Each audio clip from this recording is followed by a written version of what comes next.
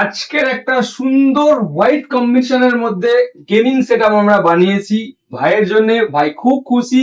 আমরা এটার মধ্যে রাইজেন 5 প্রসেসর দিয়েছি, আসুসের হোয়াইট এডিশন হরাস সিরিজের মাদারবোর্ড, এটার মধ্যে 5060 টিআই গ্রাফিক্স কার্ড, জোডাকের মতো কোম্পানি দেওয়া হয়েছে।